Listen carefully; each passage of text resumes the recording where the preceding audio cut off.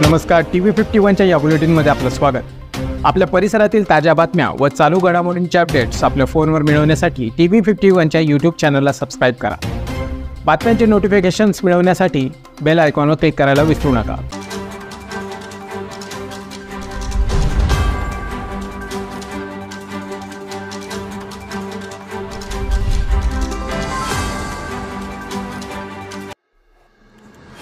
मालेगाव शहरातील सटाणा रोडवर असलेल्या सरस्वती स्टील फर्निचर या स्टील फर्निचरच्या दुकानाला आज सायंकाळी 4 वाजेच्या सुमारास आग लागली।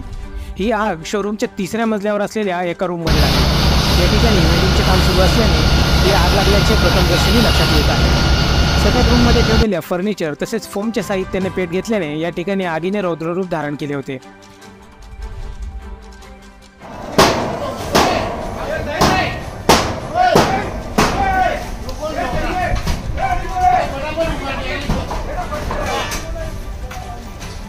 या घटनेची माहिती अग्निशमन दलाला मिळताच अवघे 4 ते 5 मिनिटात अग्निशमन दलाचे 4 बंब घटनास्थळी दाखल झाले व आग विझवण्यासाठी आटोकाट प्रयत्न सुरू झाले।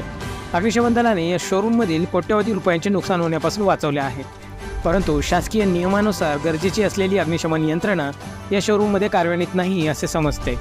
त्यामुळे शोरूमवर कारवाई होणार असल्याची माहिती मिळत आहे। सदर आग आटोक्यात आणण्यासाठी अग्निशमन दलाने शर्थीचे प्रयत्न केले।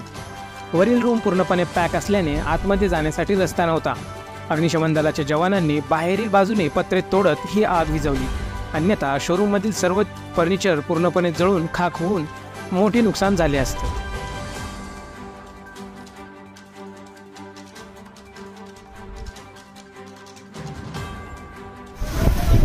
4:12 आम्हाला मुख्य अग्निशमन कार्यालय इथे फोन आला होता की सरस्वती फर्निचर सटाणा नाका इथे आग लागलेली आहे। तात्काळ 4 फायर इंजिन आम्ही घटनास्थळी रवाना केलेले आहे आणि वरती टेरेसवर अनधिकृतपणे बिल्डिंगचं काम सुरू होतं, त्यामुळे ती आग लागलेली आहे। ओके, किती नुकसान झालं काय अंदाज? नुकसानचा पंचनामा करून आम्ही तुम्हाला सांगूया। महत्वाचं म्हणजे इथे कुठल्याही प्रकारची अग्नी सुरक्षेची यंत्रणा कार्यान्वित नव्हती, त्यामुळे आम्ही त्यांच्यावर उचित कारवाई करणार आहोत।